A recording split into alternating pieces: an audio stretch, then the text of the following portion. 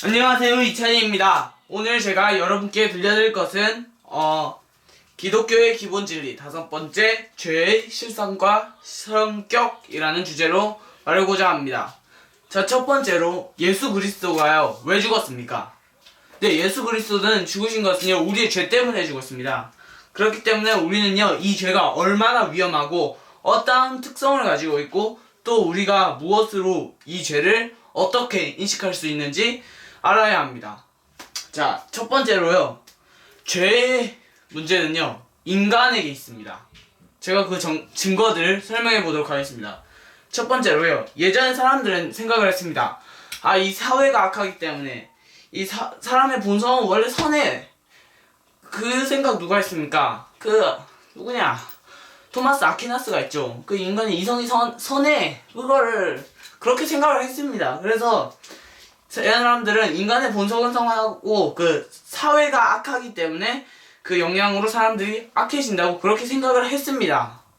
그리고요, 교육으로 그것을 해결하려 했죠. 그렇기 때문에 나중에 사회가 좋아지면서 사람들을 더 깨끗한 환경에서 교육시키고 깨끗한 생각을 하게 하고 그렇게 교육을 시켰습니다. 그런데 그 결과 뭔지 아십니까? 세계 1차 대전, 세계 2차 대전. 자, 그 다음에 전쟁, 여러가지 전쟁 있죠. 6.25 전쟁도 똑같습니다. 그리고 인종차별, 미국에서 가장 교육 잘 받고 교육이 좋은데 거기에서 인종차별이 일어나고 테러 일어나죠. 그 이유 뭡니까? 인간의 본성이 죄로 가득 찼기 때문에 이게 일어난 거지, 그 교육으로 해결하지 절대 못합니다. 그렇기 때문에 우리가 죄의 문제는 인간에게 있고 인간의 본성이 죄라는 것을 우리가 알 수 있죠. 또 알 수 있는 것이 무엇입니까? 우리가 만약에 본성이 죄가 아니고 선하다면요, 법이 있고 질서가 있습니다. 그러면요, 우리가 그 질서를 잘 지키면은요 경찰이 필요 없습니다. 근데 그걸 안 지켜요. 왜 안 지키냐?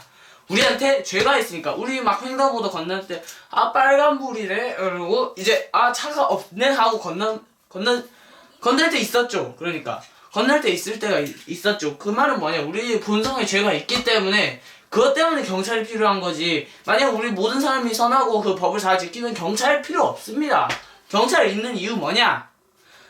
우리가 악하고 우리가 죄가 있고 그렇기 때문에 지키지 않기 때문에 경찰이 있지. 경찰 원래 잘 지키면 필요 없습니다. 경찰이 있다는 이유는 뭐냐? 그 말은 뭐냐? 그 말은 바로 죄의 문제는 인간에게, 즉 인간의 본성은 죄라는 것을 잘 증명해주는 얘가 바로 경찰이었습니다. 자, 두 번째, 제가 죄의 특성이 하나 더 있습니다. 첫 번째 죄의 특성은 뭐였죠? 죄의 특성은 인간의 본성이었습니다. 두 번째, 죄의 특성은요 보편적입니다. 모든 사람에게 동일해요. 자, 첫 번째로 솔로몬이 말했습니다. 범죄치 아니하는 사람이 없나니. 자, 그 다음에 시편 기자. 시편의 기자 다윗만이 아닙니다. 여러가지 사람들이 있어요. 시편 기자의 말입니다. 여호와여, 주께서 죄악을 감찰할진대 주여 누가 서리까.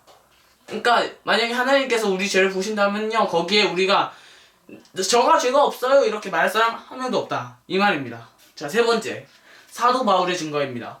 만약에 우리는 구약 사람들을 못 믿을 수 있죠. 하지만 신약에도 있습니다. 사도 바울의 증거이죠. 모든 사람이 죄를 범하였음에 하나님의 영광에 이르지 못하더니. 이 세 사람 다, 솔로몬, 시편 기자, 그 다음에 다윗, 세 사람 다 모든 사람이 죄를 범한다고 이렇게 말합니다. 그리고 우리도 이것을 보편적으로 알 수 있습니다. 왜냐? 내가 범죄하기 때문에. 자, 모든 사람 다 알 겁니다. 자기가 죄를 짓는다는 것을. 죄를 안 짓는 사람 없어요. 태어날 때부터 죄를 짓습니다. 맨 처음에 뭐냐? 부모님 말씀에 불순종을 하게 됩니다. 그걸 짜증을 내게 되죠. 어린아이 때 뭐냐? 어린아이 때는 모른다 해도 괜찮아요. 하지만 알고 있는, 최소한 청소년기에는요 절대 범죄하지 않느냐는 그런 사람은 없습니다. 예수님밖에 없어요. 그렇게 완벽한 인간이신 예수님 빼고는 다 범죄했습니다. 죄의 보편성은 우리가 바로 인정하고 세상 사람들도 다 그것을 인정하고 있는 거예요. 그렇기 때문에 죄의 보편성에 대해서는 이 세 명의 솔로몬, 시편 기자, 그 다음 사도 바울 뿐만 아니라 모든 사람이 다 인식하고 있는 사실이고, 그건 확실하다는 것은 자기 자신이 알고 있기 때문에 죄는 보편적인 게 매우 확실합니다. 자, 죄의 성격이 있습니다. 첫 번째는요, 소극적 의미가 있고요, 적극적 의미가 있습니다. 소극적 의미는 뭐냐, 일단 약하죠. 그 말은 뭐냐, 결함, 실수, 또한 선한 것에 미치지 못하는 내적 악함입니다. 그러니까 죄가 있는데 만약 우리가 우리는 항상 죄를 짓고 있죠. 왜냐, 그 선에 이르지 못하기 때문에. 그런 뜻은 뭐냐, 그런 뜻은 소극적 의미입니다. 예를 들면요, 야고보서 4장 17절에 이렇게 말합니다. 사람이 선을 행한 줄 알고도 행치 아니하면 죄니라. 그러니까 우리가 그게 선을요, 우리가 행할 줄 압니다. 예를 들면요, 우리가 법정에 섰어요. 법정에 섰는데, 예를 들면 이런 거죠. 톰 소여의 그 모험 읽어보셨습니까? 그 톰 소여의 모험에서는요, 톰 소여가 그 사람이 죄가 없는 걸 알아요. 그런데 허클베리 핀과 서로 처음에는 묵인합니다. 나중에는 발산하는 게 그게 잘 한 거죠. 그렇지만 처음에는 그거 묵인합니다. 얘기를 안 하고 있죠. 왜냐, 자기한테 그게 불이익이 들어올까봐. 그렇게 얘기하지 않으면, 처음에, 그러니까, 나중에 톰은 얘기를 하긴 했죠. 그러면 잘한 겁니다. 그렇지만 처음에 톰의 상태는, 그 상태는요, 소극적 죄를 범하는 그런 상태가 됩니다. 예를 들어, 자기는 선을 행할 수 있지만, 자기에게 불이익이 들어올 수 있기 때문에 행하지 않는 그 상태. 그 상태가 소극적인 죄의 상태입니다. 자, 그리고 두 번째, 적극적인 의미입니다. 적극적인 의미는 위반, 불법, 정의를 어긴 행위입니다. 예를 들면 이제 요한일서 3장 4절 우리 외웠죠? 비전반. 죄를 짓는 자마다 불법을 행하나니 죄는 불법이라. 그렇기 때문에 우리가 예를 들면요, 죄를 알고 있어요. 처음엔 알고 있죠. 하지만 이것은 확실하게 죄를 짓는 것입니다. 죄를 짓는 것은 뭐냐, 우리가 확실하게 부모님께 불순종하고, 이게 잘못된 거 확실하게 알죠. 부모님의 말씀을 불순종합니다. 부모님의 말씀을 위반합니다. 하나님의 권위에 대한 불복종이죠. 그렇기 때문에 예를 들어 부모님의 말씀을 불순종하거나, 또한 또 선생님의 말을 무시하거나, 아니면은 권위자 우리가 저 같은 경우 대부분 그런 경우죠. 우리 학생의 경우는 권위자에 대한 불복종, 이게 적극적인 죄의 적극적인 의미입니다. 그래서 소극적인 의미, 적극적인 의미, 그 두 가지가 죄의 성격이었습니다. 자, 죄는요, 서로 다른 기준이 있습니다. 예를 들면요, 우리가 불교의 팔정도, 잘 모르겠어요. 저는 기독교 쪽이기 때문에 이제 불교랑 그 회교 그런 쪽은 잘 모르겠지만 일단 말씀을 드리겠습니다. 불교의 8정도, 그 다음에 회교의 5대 행동조항, 이런 것 등이 있습니다. 그렇지만 이런 것들 사람들 못 지켜요. 어떤 기준이 있어요. 어떤 기준이 있어도 사람들은요, 그것을 다 못 지키고 실패합니다. 그러면 뭐냐, 죄가 우리가 확실하게 있기 때문에 그것들을 지키지 못하는 거예요. 예를 들면요, 자기가 기준을 세우고 그것을 기준 세워서 자기한테 죄가 없다, 이렇게 말하는 사람이 있을 수 있습니다. 그렇지만요, 우리의 실패의식, 우리가 그 죄에 대한 실패의식은요, 그것을 얼마나 많이 잡는 것에 거기에 대해서 이제 관련이 있지. 만약에 우리가 이렇게, 예를 들면요, 달리기에서 높이뛰기 한다 생각했습니다. 높이뛰기를 할 때 낮게 잡아요. 낮게 잡고 풀찾기요. 내가 잘하고 있어. 그러면서 예를 들면요, 내가 사람을 때리지 않고 사람을 찔러 죽이지 않으면은 이제 죄가 없는 거야, 이렇게 생각하고 살고 다니면 나한테는 죄가 없구나, 그러면서 부모님 말씀 불순종하면서 내가 죄가 없구나, 이렇게 생각을 할 수 있죠. 하지만 그것은 제대로 된 기준이 아닙니다. 그건 자기 자신의 기준이지 성경의 기준도 아닙니다. 내가 만들어낸 기준이 그런 기준이지, 성경에서는 그렇게 절대 말하지 않죠. 성경은 제가 만든 기준이 이 정도라 하면 성경은 보이지도 않습니다. 보이지도 않을 정도로 높이 있는 기준이 바로 성경의 죄에 대한 기준입니다. 그 말은 뭐냐, 우리가 지킬 수 없죠. 지킬 수 있는 한도가 이 정도인데 성경이 이 정도입니다. 우리가 지킬 수 없죠. 그러니까 결론은 우리가 지킬 수 없습니다. 그리고요, 또 중요한 게 있습니다. 그걸 안 하기만 하는 게 아니에요. 예를 들어 십계명 살인하지 말라, 죽이지 않으면 되는 게 아니에요. 그러니까 제 말은 살인이 하지 않는다고 그게 괜찮은 게 아니에요. 그럼 만약 하나님은요, 행위 뒤에 있는 사람의 생각을 더 중요시 합니다. 행위도 중요시 여기는 건 맞습니다. 하지만 하나님은요, 생각 뒤에 있는 그 사람의 행동 뒤에 있는 그 생각을 더 중요하게 보십니다. 예를 들면 우리가 살인하진 않습니다. 하지만 그 사람은 비방을 하고요, 그 사람들이 이상한 생각을 하고 저 사람은 진짜 나쁘다 그런 생각을 하는 것 자체가 그게 살인하는 거죠. 그게 그 자체가 살인하는 거기 때문에 우리는 일단 하나님이 행위 뒤에 있는 생각을 먼저 보신다는 것을 일단 우리는 알고 그 전제 아래서 이제 봐야 됩니다. 그래야지 우리가 이제, 그렇기 때문에 제가 말하고 싶은 것은 여러 가지 기준이 있지만 그것은 다 자기가 만든 기준이고, 대부분 모든 성경의 기준, 그 다음에 불교의 8정도, 회교의 5대 행동조항 이런 것도 사람들이 다 못 지킵니다. 뭐 한두 개 정도 지킬 수 있겠죠. 여러 개 다 지켜도 모든 것은 지키지 못합니다. 그리고 제일 확실한 것은 성경의 기준은요, 죄의 기준은 사람들 절대 모두 다 지키지 못합니다. 절대 죄가 없는 사람은 없기 때문에 절대 성경의 그 기준으로서는요, 사람들을 모두 다 지키지 못합니다. 자, 성경의 가장 유명한 기준 중에 하나가 여러 가지 있는데요. 예수님께서 말하신 기준도 있고, 뭐 나중에 구약 멀리 있는 기준도 있지만 가장 유명한 기준 중에 하나가 바로 십계명. 그 모세가 하나님께 받은 돌판 있죠? 2개의 돌판. 그거 가지고 10개 딱 적어놓은 게 바로 십계명입니다. 그 십계명에 대해서 십계명 우리가 지키고 있는지 안 지키고 있는지 한번 보도록 하겠습니다. 자, 첫 번째 십계명, 이게 왜냐면요, 성경의 가장 기본적인 기준 중에 하나이기 때문에 한번 들여다보는 겁니다. 자, 첫 번째, 나 이외에 다른 신들을 내게 잊지 말지니라.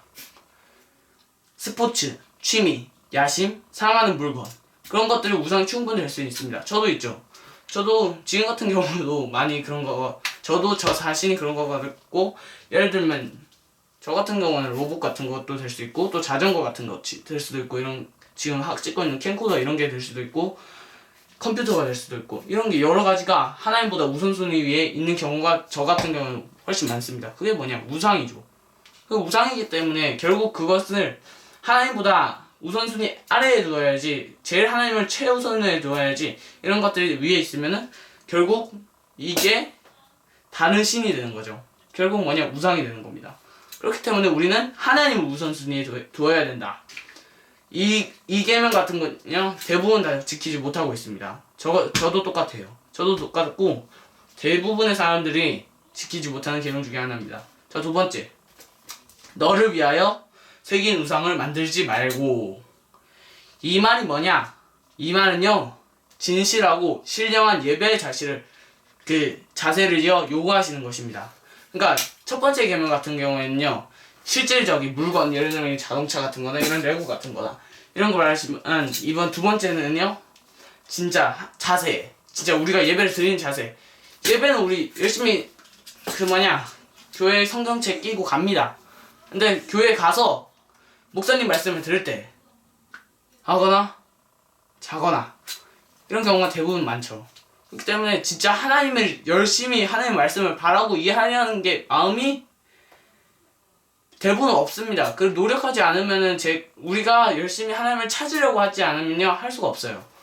그렇기 때문에 우리가 말한 건요, 너를 위하여 새긴 우상을 만들지 말고, 이 말은 하나님의 말씀을요, 진짜 진정으로 신령한 자세를 만들어야지, 진짜 진정으로 하나님께 예배를 드려야지, 진짜 내 진심을 다해, 내 온 마음 다해 드려야지.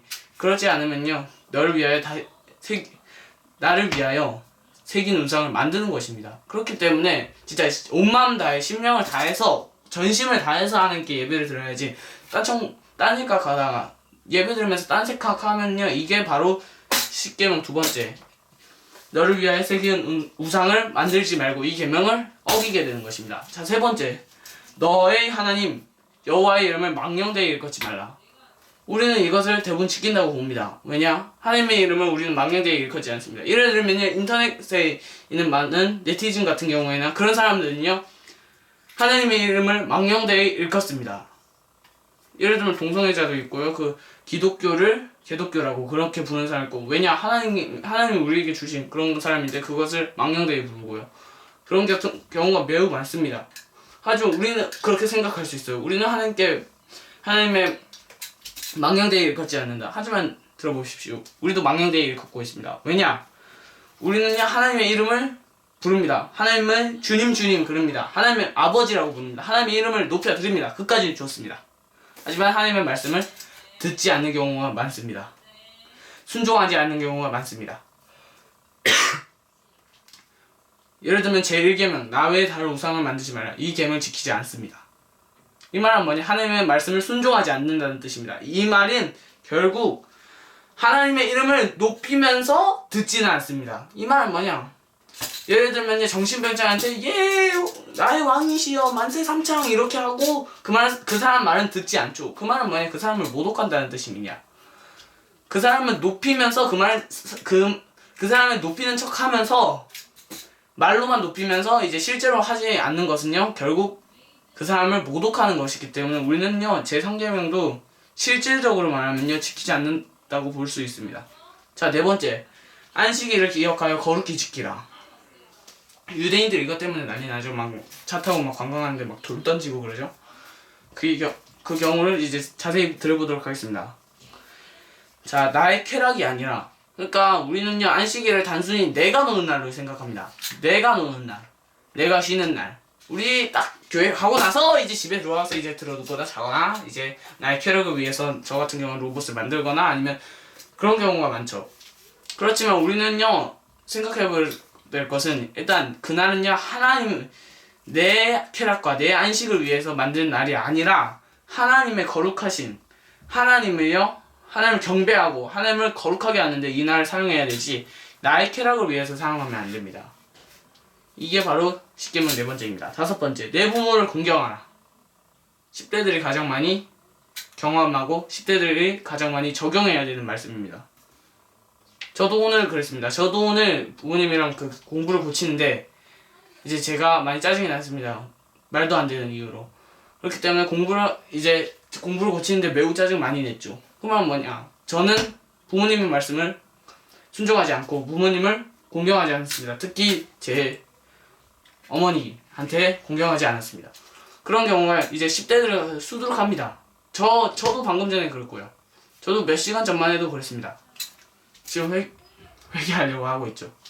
그 말은 뭐냐? 결국 내 부모를 공경하라. 저 같은 경우에 이걸 지키지 않았습니다. 그리고 대부분의 10대들도 그럴 것입니다. 이 말은요. 왜 부모님 말씀을 순종하냐? 당연히 부모님입니다. 하지만 그 권위가 어디에서 나왔는지 우리는 반드시 알아야 됩니다. 부모님의 권위는요 하나님께서 주셨습니다. 하나님께서 부모님한테 권위를 주셨고 우리는요 그 부모님의 권위를 인정하면서 공경하면서 집에서와 밖에서 우리는 집에서 밖에서 다릅니다. 집에서와 밖에서나 행위를 같게 해야 됩니다. 집에서 부모님한테 대하는 것이랑 밖에서 부모님한테 대하는 것이랑 똑같이 해야 됩니다. 저 같은 경우는 그렇지 않으면 코업에서 홈스쿨 코업에서 하는 걸 집에 있는 거랑 진짜 몇 년 전에는 진짜 180도였습니다. 180도 달랐습니다. 지금 같은 경우는 저 나름 생각해서 저 나름으로 줄어든 것 같지만 실제적으로는 거의 그렇지 않죠. 노력을 해야 됩니다. 진짜 부모님 말씀을 순종하고 공경을 해야지 공격하면 안 되는 것입니다. 신종철 목사님 계속 말씀하시죠. 부모님의 말씀을 공경하고 공격하지 부모님을 공경하고 부모님을 공격하면 안 되는 것입니다. 진짜로. 이 말은 우리 10대들, 우리 청소년기들, 청소년들이 진짜 가장 중요시해야 할 말씀 중에 내 부모님 공경. 진짜 하나님께서 부모님한테 그 권위를 주셨고 우리는 그 권위에 순종을 하고 그 다음에 우리가 부모님께 우리가 집에서 부모님께 대하는 거 홈스쿨 코업에서 대하는 걸 똑같이 해야 됩니다. 똑같이 하지 않으면 그게 바로 부모님을 공경하지 않는 것입니다. 자, 이제 여섯 번째, 살인하지 말지니라. 우린 가장 이거 쉽다고 생각합니다. 가장 쉽다고 생각하죠. 저도 처음에 그렇게 생각했습니다. 맨 처음에 십계명 볼 때 참 쉽다. 왜냐? 내가 사람 죽이지 않았을까? 그리고 죽일 것도 아니기 때문에. 하지만 예수님은 그 해설을 해줍니다. 구약에서 십계명이 나왔지만요. 예수님께서 신약에서 이제 해설을 해주십니다. 그러면 뭐냐? 실제 살인뿐만 아니라 비방하는 말, 미워하는 마음, 화내는 것과 욕하는 것, 질투 또한 살인하는 것과 똑같은 말입니다. 그렇기 때문에 우리가 남을 단순히 미워하는 마음이 생긴다. 비방한다. 그리고 미워하는 마음이 생기고 또한 욕하고 그 사람을 질투하는 것. 그게 바로 살인하는 것입니다. 우리가 진짜 칼로 찔러 죽이는 게 그게 살인이 아니라 그런 마음을 갖는 것만으로도 이제 우리는 살인하게 됐기 때문에 그럼 우리는 대부분 이 계명을 지키지 못했다. 그렇게 알 수 있어요.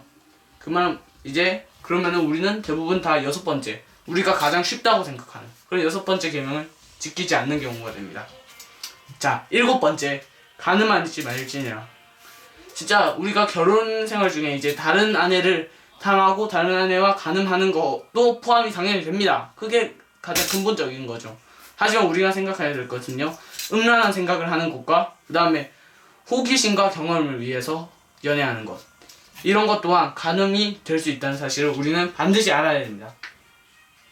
우리가 단순히 쉽다고 생각을 합니다. 이 10계명들 간단하네. 사람을 찔러 죽이지 않고 가늠하지 않고 그 다음에 부모님의 말씀을 공경하고 말은 쉽습니다.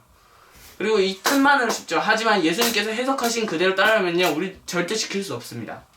자, 여덟 번째 이제 일곱 번째 가늠하지 말라였고요. 여덟 번째 도둑질하지 말지나. 똑같습니다. 이 말도. 도둑질하지 말지는요 우리 진짜로 다른 사람의 물건을 집 담 넘어가가지고는 이제 막 훔치는 거 말고도 이제 또한 탈세 막 세금 엄청 뜯어가거나 예를 들어 삭개오가 그랬죠. 삭개오가 우리 돈 뜯어갔어요. 이 말 했습니다. 삭개오가 우리 돈 뜯어갔어요. 예수님 그 말은 뭐니? 탈세 막 뜯어간 거죠. 그것도 또한 도둑질 하시는 것입니다. 또 근무시간 다 채우지 우리가 딱 6시간 아니면 8시간 딱 일하는 시간이 있습니다. 하지만 그 시간 다 채우지 않고 대충 때우고 막 놀거나 그것도 도둑질에 속하는 것입니다. 그 다음에 또한 또 있습니다. 우리가 직원 만약에 제가 위에 있는 사람이고 하고 밑에 사람한테 막 엄청나게 일을 많이 시키는데 뭐해 그리고 임금 1,000원 하고 이렇게 주면은 이제 안 되는 거죠. 그것도 또한 다른 사람의 것을 도둑질하는 것과 똑같은 것입니다.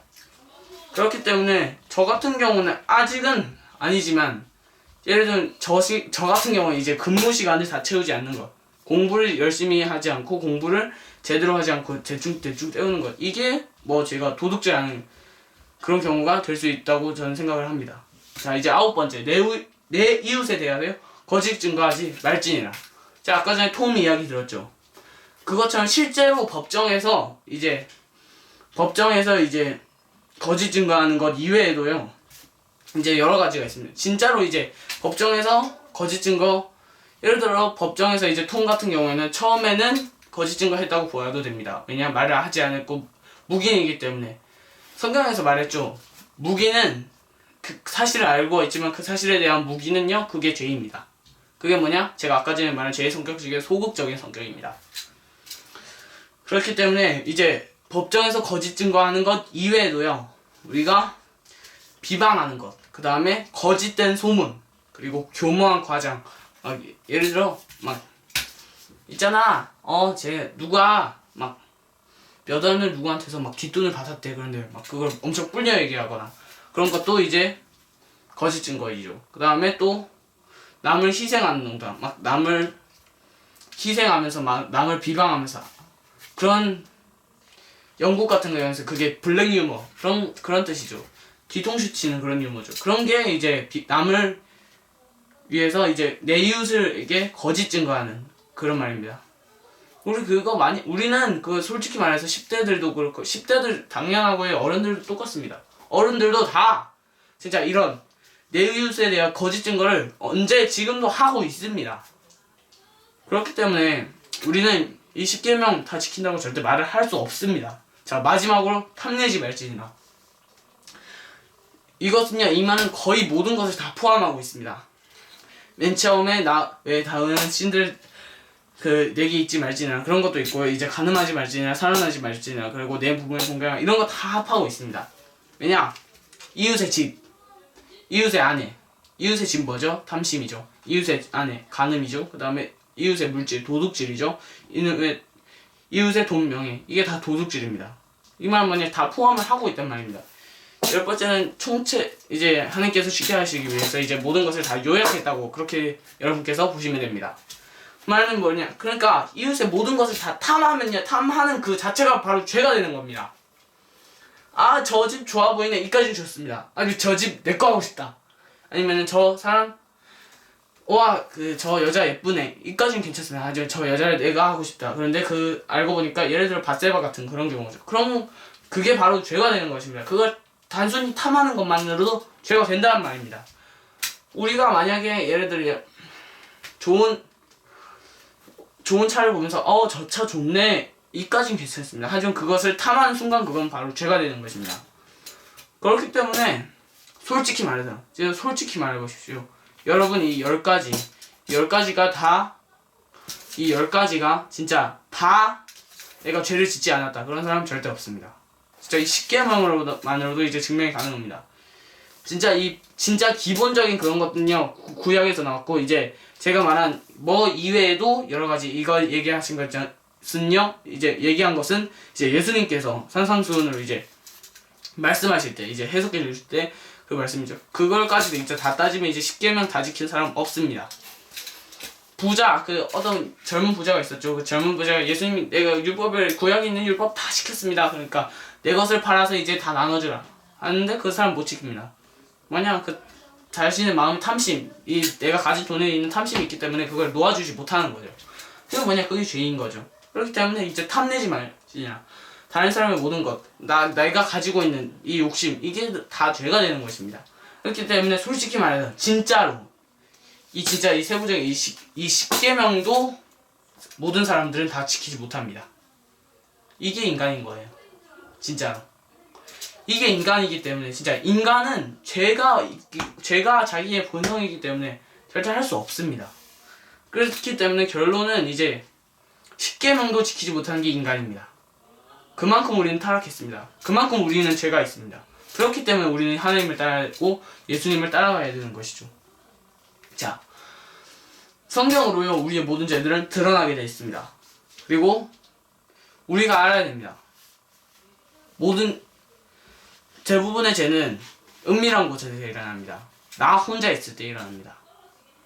다른 사람이 있을 때 코업이나 그런 데에서 드러나는 것이 아닙니다. 나 혼자 있을 때 드러납니다. 그것을 알아야 됩니다. 하지만 우리는 두 번째도 알아야 합니다. 그것을 하나님께서 다 보시고 계십니다. 중요하죠.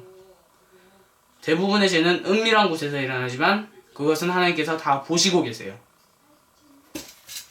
예를 들면 여기 나오죠. 히브리서 4장 13절에 나옵니다. 지으신 것이 하나라도 그 앞에 나타나시 않음이 없고 오직 만물이 우리를 상관하시는 주 앞에서 벌거벗은 것 같이 드러나느니라. 우리가 하나님께서 숨을 곳이 없습니다. 요나 그 배 밑바닥에 니노에 가는 그 배에 숨어도 하나님 다 보시고 계십니다. 하나님께 숨을 곳은 없어요. 하나님이 못 보신 곳이 없습니다. 우리 혼자 이 깜깜한 밤에 혼자 있더라도 그건 하나님께서 다 보시고 계십니다. 나만 알고 있는 게 아니에요. 그렇기 때문에 모든 죄는 우리 하나님께 다 드러나게 됩니다. 진짜 내가 몰래 진짜 지은 죄, 은밀한 곳에서 지은 죄, 내 혼자 있을 때 지은 죄, 밤에 혼자 있을 때 그런 지은 죄도 하나님께서 다 알고 계시고 심판날에 천국에 들어갈 때 낱낱이 다 고발되어집니다. 예를 들면요, 하나님 앞에서요, 우리가 보기에는요 선하게 보이는 그런 목사님이나 그런 선하게 보이는 사람들도요, 하나님 앞에서는요 하나님의 위험을 느끼고요, 자신의 추악함, 자신의 악함을 느낍니다. 침례교회 설교자의 왕자, 그러니까 이 사람은요 14살보다 이제 조금 거의 소년이었을 당시에 이제 시인을 했습니다. 그 사람들이 14살 이후에 이제 자신의 죄지음, 자신이 이제 죄시였고, 그것을 자신의 타락감을 느끼는 게 이제 14살 이후인데, 그 사람이 시인합니다. 진짜 맨 처음에 자기는 다른 소년들과 다르고, 진짜 다른 청소년인 사람들과 다르고 매우 선하다고 느꼈지만, 내가 하나님 앞에 성경에 비추어 볼 때 나는 진짜 추악한 사람이었다고 말합니다. 그렇기 때문에 우리의 죄는요, 성경으로 낱낱이 다 고발되어집니다. 하나님 앞에서 은밀한 죄도 다 낱낱이 고해집니다. 다 드러납니다. 하지만 우리가 알아야 될 것은 한 가지입니다. 그 모든 죄는요 예수님의 피로 말미암아 다 없어졌어요.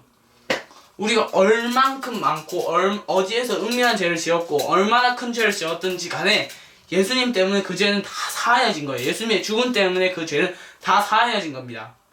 그렇기 때문에 우리는 그 예수님의 진짜 우리는 이렇게 많은 죄, 우리에게 있는 엄청나게 타락되고 우리에게 있는 엄청나게 많은 죄가 있다는 것을 알아야 됩니다. 첫 번째 그걸 알아야 되죠. 하지만 두 번째 뭐냐면 그 죄는 그리스도 예수를 인해서 다 사라졌습니다. 그렇기 때문에 우리는 그리스도를 우리의 구세주로 시인하고 우리의 우리의 영원한 구세주이심을 진짜 우리가 천국에 갈 수 있는 이제 다리를 놓아주신 분을 이제 예수님이라고 믿어야 되는 것이죠.